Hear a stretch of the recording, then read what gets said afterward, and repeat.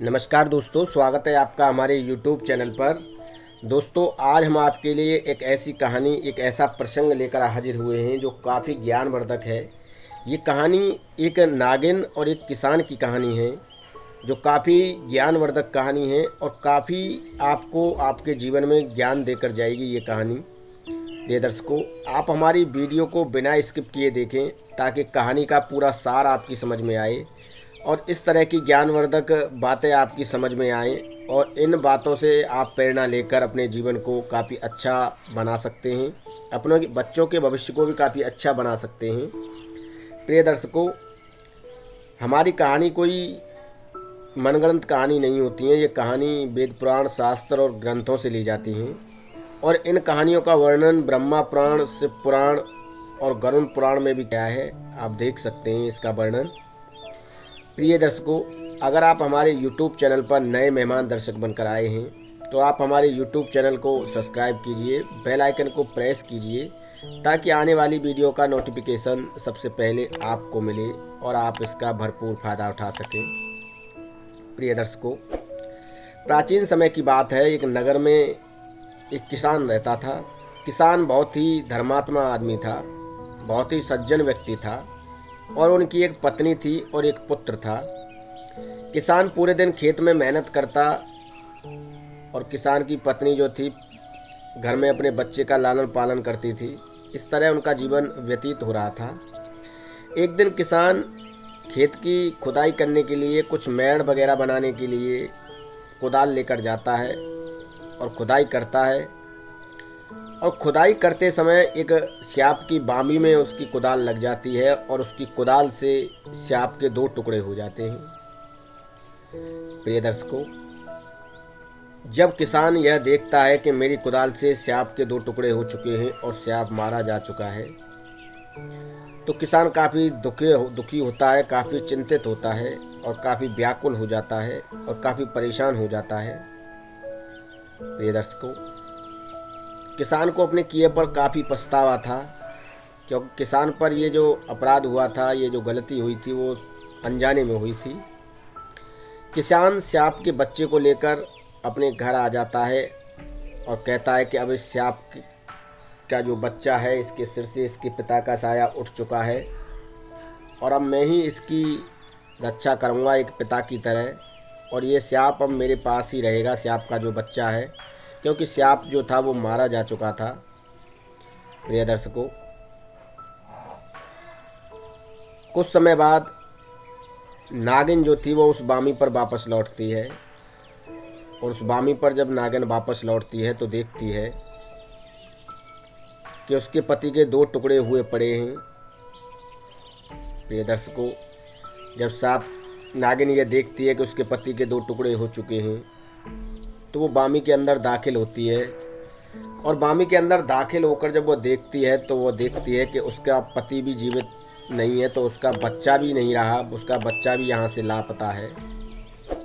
प्रिय दर्शकों, जो नागिन थी वो काफ़ी चीखती है, चिल्लाती है, रोती है, विलाप करती है क्योंकि उसका पूरा परिवार ही नष्ट हो चुका था। उसका जो एक बेटा था वो भी गायब था, उसे भी कोई ले गया था और उसके पति की भी मृत्यु हो चुकी थी। प्रिय दर्शकों, उसी समय जो नागिन थी वो एक प्रण लेती है, एक प्रतिज्ञा लेती है कि जिसने भी उसके परिवार को नुकसान पहुंचाया है, क्षति पहुंचाई है, वो उसके परिवार को जीवित नहीं छोड़ेगी। प्रिय दर्शकों, जब धीरे धीरे समय व्यतीत होता है, किसान जो था उस स्याप के बच्चे को अपने पुत्र की तरह ही प्रेम करता था और उसे अपने घर पर लेकर आ चुका था। प्रिय दर्शकों, कुछ समय बाद किसान जो है खेत में काम करने के लिए जाता है उस कुदाल को लेकर, और जब वो खेत में काम करता है, उस कुदाल को लेकर जाता है, तो वहाँ पर नागिन मौजूद थी अपनी उस बामी पर। तो वो नागिन देखती है कि उस कुदाल पर उस सांप का खून लगा हुआ था। वो नागिन पहचान जाती है कि इसने ही मेरे पति का खून किया है, इसने ही मेरे पति को मारा है क्योंकि इसकी कुदाल पर मेरे पति का खून लगा हुआ है। प्रिय दर्शकों, नागिन बहुत गुस्सा होती है और काफ़ी परेशान हो जाती है यह देखकर कि जिस किसान के खेत में हमारी बामी थी उस किसान ने ही हमारे पति की हत्या की है, और इसने ही मेरे बेटे की भी हत्या की होगी, क्योंकि मेरा बेटा भी यहाँ मौजूद नहीं है। प्रिय दर्शकों, नागिन एक प्रण लेती है कि मैं इसके परिवार में किसी को जिंदा नहीं छोड़ूंगी, इसके पूरे परिवार को मैं नष्ट कर दूंगी, इसके पूरे परिवार को मैं ख़त्म कर दूंगी। प्रिय दर्शकों, नागिन इस तरह की प्रतिज्ञा लेती है, इस तरह की का एक प्रण लेती है। और प्रिय दर्शकों, आप जानते ही हैं कि जब नागिन हो या नाग हो, जब कोई प्रण ले लेते हैं तो वो उस प्रण को पूरा भी करते हैं। प्रिय दर्शकों, धीरे धीरे जब समय व्यतीत होता है तो वो नागिन उस किसान के घर तक पहुंच जाती है, और घर जाकर जब देखती है कि किसान का एक पुत्र पालने में सो रहा था, तो वह देखती है उसके पुत्र को और कहती है कि इस किसान ने मेरा पूरा परिवार नष्ट कर दिया, पहले मैं इसकी शुरुआत इसके पुत्र से ही करती हूँ।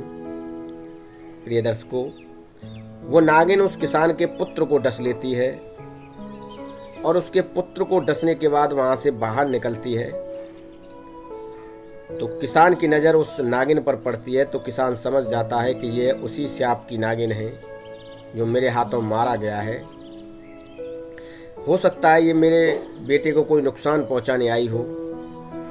किसान अपने बेटे के पालने की तरफ दौड़ता है। प्रिय दर्शकों, इधर किसान की पत्नी जो घर से बाहर गई थी कुछ काम से, वो भी वापस लौटती है, तो उसकी नज़र भी उस नागिन पर पड़ती है। तो किसान की पत्नी भी सोचने लगती है कि इस नागिन ने कहीं मेरे पुत्र को तो नहीं डस लिया, और ये यहाँ किस लिए आई है। प्रिय दर्शकों, जो किसान की पत्नी थी वो भी अपने पुत्र के पालने की तरफ दौड़ती है, और जब दोनों पति पत्नी पालने की तरफ दौड़ते हैं और देखते हैं कि उन्होंने उस नागिन ने उनके पुत्र को डस लिया है, तो काफ़ी चिंतित हो जाते हैं, काफ़ी व्याकुल हो जाते हैं, काफ़ी परेशान हो जाते हैं, काफ़ी रोते हैं, काफ़ी विलाप करते हैं, काफ़ी दुखी होते हैं। प्रिय दर्शकों, उस समय पर अस्पताल नहीं थे, ज़्यादा डॉक्टर भी नहीं थे, उस समय वैद्य हुआ करते थे। प्रिय दर्शकों, किसान और किसान की पत्नी अपने पुत्र को लेकर इधर उधर दौड़ते हैं कि कोई उनके पुत्र का जहर उतार दे। प्रिय दर्शकों, किसान अपने उस पुत्र को लेकर वैद्य के पास भी जाते हैं, वैद्य से उपचार कराते हैं, दवा कराते हैं, पर कोई असर उनके पुत्र पर नहीं होता है। अंततः उनके पुत्र की मृत्यु हो जाती है, और जब उनके पुत्र की मृत्यु हो जाती है तो वो काफ़ी चिंतित और परेशान और व्याकुल रहने लगते हैं। अब जो किसान और किसान की पत्नी थे वो स्याप के बच्चे को ही अपना पुत्र मान लेते हैं, और कहते हैं कि अब यही हमारा पुत्र है और अब इसी के सहारे हम अपना जीवन व्यतीत करेंगे। प्रिय दर्शकों, जब धीरे धीरे समय व्यतीत होता है तो वो नागिन एक बार पुनः फिर किसान के घर लौटती है, और वो सोच कर लौटती है कि अब कि मैं उस किसान को ही ख़त्म करूंगी जिसने मेरे पुत्र को ख़त्म किया है। प्रिय दर्शकों, जब नागिन किसान के घर लौटती है तो वह देखती है कि किसान और किसान की पत्नी उसके पुत्र को खिला रहे थे, उसे काफ़ी प्रेम कर रहे थे। प्रिय दर्शकों, जब नागिन यह देखती है तो उसे अपने किए पर बहुत पछतावा होता है। वह सोचती है कि मुझसे कितना बड़ा अपराध हो गया। हो सकता है मेरे पति की हत्या इस किसान पर अनजाने में हुई हो, और मैंने अपने पति की हत्या का बदला लेने के लिए इसके मासूम बच्चे की बलि चढ़ा दी, इसके मासूम बच्चे को डस लिया। मुझसे कितना बड़ा जघन्य अपराध हो गया। नागिन अपने किए पर बहुत पछताती है, और जब वो देखती है कि किसान और किसान की पत्नी मेरे पुत्र को अपने पुत्र की तरह ही प्यार कर रहे हैं और अपने पुत्र की तरह ही पाल रहे हैं, उसका लालन पालन कर रहे हैं, तो काफ़ी दुखी हो जाती है, काफ़ी चिंतित हो जाती है और अपने किए पर उसे बहुत पछतावा होता है प्रिय दर्शकों। पर अब हो भी क्या सकता था, समय हाथ से निकल चुका था। किसान के पुत्र की मृत्यु हो चुकी थी। अब नागिन के हाथ में भी कुछ नहीं था। नागिन उस घर से वापस लौट जाती है और वापस लौटने के बाद वह शिव जी के मंदिर में जाती है और अपने गलतियों का प्रायश्चित करती है और कहती है कि हे देवादेव महादेव, मुझसे बहुत बड़ा जघन्य अपराध हो गया, मुझसे बहुत बड़ी गलती हो गई। मैंने किसान के पुत्र को डस लिया। अपने बदले की भावना में मैंने किसान के परिवार को ही मुसीबत में डाल दिया, जबकि किसान तो बहुत ही पुण्य आत्मा और धर्मात्मा है। मेरे पति की मृत्यु होने के बाद किसान मेरे पुत्र को अपने पुत्र की तरह ही लाड़ प्यार कर रहे हैं और उसे अपने पुत्र की तरह ही पाल रहे हैं। नागिन को अपने किए पर काफी पछतावा होता है, पर अब पछताने से होता भी क्या, क्योंकि समय निकल चुका था। प्रिय दर्शकों, नागिन अपनी बामी पर वापस लौटती है और अपने पति को देखकर काफ़ी रोती है, चीखती है, चिल्लाती है, काफ़ी विलाप करती है, क्योंकि नागिन का भी पति मारा जा चुका था, उसकी भी दुनिया ख़त्म हो चुकी थी। प्रिय दर्शकों, नागिन अपनी गलती पर काफ़ी पछता रही थी और नागिन अब ये प्रण लेती है कि मैं किसान के लिए कुछ न कुछ कर जाऊंगी, जिससे कि अपनी गलतियों का प्रायश्चित हो सके। प्रिय दर्शकों, नागिन जो है देवादेव महादेव से भोले जी की भक्ति करने लगती है और यह तो आप लोग जानते हैं कि जब नाग और नागिन शिव जी के परम भक्त होते हैं और जब वो शिव जी की पूजा करते हैं तो शिव जी प्रसन्न होकर उन्हें कुछ न कुछ देते हैं। प्रिय दर्शकों, नागिन शिव जी की भक्ति करने लग जाती है और अपनी गलतियों का प्रायश्चित करने लग जाती है।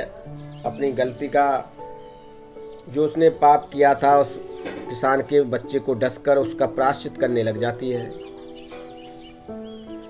प्रिय दर्शकों, जब धीरे धीरे समय व्यतीत होता है तो उस नगर में एक पंडित और पंडितानी दौड़े दौड़े जा रहे थे अपने एक बच्चे को लेकर, और अपनी जान बचाकर वो इधर उधर दौड़ रहे थे, क्योंकि उनके पीछे कुछ ऐसे लोग लगे हुए थे जो पंडित और पंडितानी और उसके बच्चे की हत्या करना चाहते थे। ये दर्शकों, वह पंडित और पंडितानी उस किसान के दरवाजे पर पहुंचते हैं और उस किसान को अपने बच्चे को दे देते हैं और कहते हैं कि आप अपने घर में हमारे इस बच्चे को रख लीजिए। हमारे पीछे कुछ लोग पड़े हैं और वो हमारी हत्या करना चाहते हैं, कम से कम हमारा पुत्र तो बच जाएगा। प्रिय दर्शकों, किसान उस बच्चे को लेकर अपने घर के अंदर दाखिल हो जाता है और जो पंडित और पंडितानी थे वो आगे चले जाते हैं और जो उनके पीछे लोग पड़े हुए थे वो उन्हें मार देते हैं, उनकी हत्या कर देते हैं, पर उनका पुत्र जो था वो किसान के पास रह जाता है और वो बच जाता है। प्रिय दर्शकों, किसान उन पंडित और पंडितानी का पूरे विधि विधान के साथ अंतिम संस्कार करता है और कहता है अब ये मेरा ही पुत्र है और मैं इसे अपने पुत्र की तरह ही रखूंगा और अपने पुत्र के तरह ही इसे प्रेम करूंगा। अब किसान का परिवार एक संपूर्ण परिवार हो चुका था, एक दोबारा से किसान का परिवार जो है पुनः जुड़ चुका था, क्योंकि किसान का जो पुत्र नागिन ने डस लिया था उसकी पूर्ति उस पंडित और पंडितानी के बच्चे ने कर दी थी। अब किसान को कोई परेशानी नहीं थी, कोई शिकवा और गिला नहीं था अपनी ज़िंदगी से, क्योंकि उसके जीवन में जो ख़त्म हो चुका था वो पुनः वापस लौट आया था। प्रिय दर्शकों, किसान और उसकी पत्नी अब काफ़ी खुश रहने लगे। प्रिय दर्शकों, कुछ समय बाद नागिन उस किसान के घर वापस लौटती है और सोचकर लौटती है कि मैं देखूं किसान और किसान की पत्नी क्या वास्तविक मेरे पुत्र को प्रेम करते हैं या फिर ऐसे ही मुझे दिखावा कर रहे थे। प्रिय दर्शकों, जब किसान और किसान की पत्नी के घर वो नागिन वापस लौटती है तो वह देखती है कि किसान पंडित और पंडितानी के पुत्र को भी उतना ही प्यार कर रहे थे और इतना ही प्यार वो उस नागिन के पुत्र को कर रहे थे। वो दोनों से बराबर प्यार और प्रेम कर रहे थे और दोनों का अच्छे तरीके से लालन पालन और पोषण कर रहे थे। प्रिय दर्शकों, यह देखकर नागिन खुश हो जाती है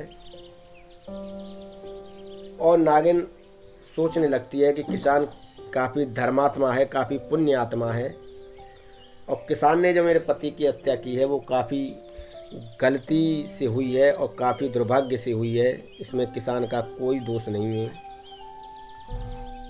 और मेरा ही दोष है। मैंने अपने बदले की भावना में किसान के पुत्र को डस लिया और किसान के पुत्र को ख़त्म कर दिया। नागिन अपने किए पर काफ़ी पछता रही थी। प्रिय दर्शकों, नागिन किसान के घर से वापस लौट जाती है और शिवजी के मंदिर में जाकर पूजा अर्चना करने लगती है, भक्ति करने लगती है भोलेनाथ की। और वो सोचने लगती है कि अब मैं किस तरीके से अपनी गलतियों का प्रायश्चित करूं। प्रिय दर्शकों, यह तो आप जानते हैं कि जो नाग और नागिन होते हैं उनके पास एक मणि होती है। अब नागिन सोचने लगी कि अब मेरे जीवन में जीने का ही कोई मतलब नहीं है। अब मैं अपने पति के साथ ही सती होना चाहती हूँ और मेरे पास जो ये नागमणि है मैं इसे किसान को दे देती हूँ ताकि किसान का जीवन सफल हो जाए और मेरी गलतियों का भी प्रायश्चित हो जाए। नागिन जो है एक लड़की का रूप धारण करती है। प्रिय दर्शकों, ये तो आप जानते ही हैं कि जो नाग और नागिन होते हैं वो किसी का भी रूप धारण कर सकते हैं और वो एक लड़की का रूप धारण करने के बाद किसान के घर वापस जाती है और किसान के घर वापस जाकर वो किसान को वो नागमणि देती है और कहती है, सुनो किसान, मेरे पति की जो मृत्यु हुई थी वो तुमसे गलती से हुई थी, तुम्हारा इसमें कोई दोष नहीं था और मैंने जो तुम्हारे पुत्र को डसा था वो जानबूझकर डसा था, अपने बदले की भावना से डसा था। मैंने जघन्य अपराध किया है, मैं इस पाप के लिए दोषी हूँ और मुझे नहीं पता था कि तुम मेरे पुत्र को अपने पुत्र की तरह ही पाल रहे हो। मैंने समझा था कि तुमने मेरे बच्चे को और पति को दोनों को ही मार दिया है। इस बदले की भावना से मैंने तुम्हारे पुत्र को डसा था और मुझे अपनी गलती का एहसास हो चुका है और अब मैं अपने पति के साथ ही सती होने जा रही हूँ और सती होने से पहले ये नागमणि मैं तुम्हें दे रही हूँ, इसे तुम संभाल कर रखना और मेरे पुत्र का ख्याल रखना। प्रिय दर्शकों, वो नागमणि किसान को दे देती है और किसान से कहती है कि मेरे पुत्र को तो तुम पाल रहे हो और मेरा पुत्र अब जवान भी होने लगा है, पर मेरे पुत्र पर कभी इतना विश्वास मत करना, क्योंकि हमारी जो प्रजाति होती है वो दुष्ट प्रजाति होती है, वो किसी को भी डस सकती है। प्रिय दर्शकों, वो नागमणि किसान को दे देती है और कह देती है कि अगर मेरा पुत्र गलती से किसी को डस लेता है तो यह नागमणि उस स्थान पर रख देना, उसका पूरा जहर उतर जाएगा और वो व्यक्ति पूरी तरह सुरक्षित हो जाएगा और स्वस्थ हो जाएगा। ये नागमणि अपने पास रखो। किसान को नागमणि देकर वो नागिन वहाँ से पुनः नागिन के रूप में लौटकर उस किसान के घर से चली जाती है। प्रिय दर्शकों, और अपनी नागिन जाने के बाद अपने पति की बामी पर वापस लौटती है। उस किसान के खेत में जो स्याप की बामी थी उस पर वापस लौटती है और अपने पति के साथ ही वह सती हो जाती है। प्रिय दर्शकों, अब किसान उस सर्प, नाग और नागिन का अंतिम संस्कार करते हैं पूरे विधि विधान की तरह। और धीरे धीरे नागिन का जो पुत्र था वो बड़ा होने लगता है, और बड़ा होने के बाद वो भी शिव जी की भक्ति करने के बाद उसके पुत्र को भी एक मणि की प्राप्ति होती है। और उसकी मणि की प्राप्ति होने के बाद वो कभी मनुष्य बन जाता और कभी सर्प बन जाता, और मनुष्य बनकर उस किसान के घर में आता और किसान की सेवा करता। प्रिय दर्शकों, आगे चल के किसान के जीवन में सब कुछ सही हो गया और किसान के पास कोई अन्य धन की कमी नहीं रही। किसान का जो बेटा था, जो पंडित और पंडितानी ने उसे दिया था, वो भी जवान हो गया और किसान ने उसकी भी शादी कर दी। प्रिय दर्शकों, ये कहानी यहीं पर समाप्त होती है और ये कहानी हमें यही प्रेरणा देकर जाती है कि हमें गलती से भी किसी के बारे में बुरा नहीं सोचना चाहिए, कभी किसी का हनन नहीं करना चाहिए। प्रिय दर्शकों, ये कहानी हमें काफ़ी प्रेरणा देकर जाती है। इस कहानी को आप अपने सगे संबंधियों में भी शेयर करें, फेसबुक, ट्विटर और सोशल मीडिया पर शेयर करें, अपने पास पड़ोसियों को भी बताएं, अपने मित्रों को भी बताएं। प्रिय दर्शकों, अगर आप हमारे YouTube चैनल पर नए मेहमान दर्शक बनकर आए हैं तो आप हमारे YouTube चैनल को सब्सक्राइब कीजिए, बेल आइकन को प्रेस कीजिए ताकि आने वाली वीडियो का नोटिफिकेशन सबसे पहले आपको मिले और आप इसका भरपूर फ़ायदा उठा सकें। और इस तरह की ज्ञानवर्धक वीडियो देखकर आप हमारे चैनल पर प्रतिदिन नए नए ज्ञान की वीडियो देखते रहें। दोस्तों, उम्मीद करता हूँ वीडियो में दी गई जानकारी अच्छी लगी होगी। अगर जानकारी अच्छी लगी हो तो एक लाइक कीजिए, कमेंट कीजिए और मेरे चैनल को सब्सक्राइब कीजिए।